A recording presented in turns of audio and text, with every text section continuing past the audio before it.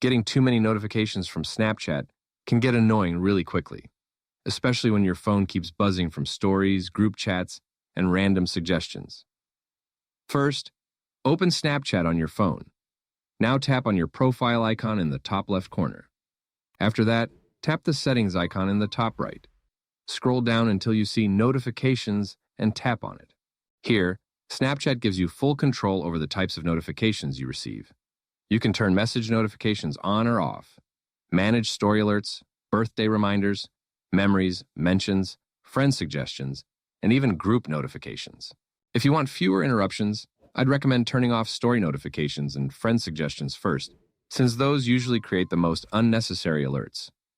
You can also mute group notifications if group chats are becoming too distracting, while still keeping direct messages enabled.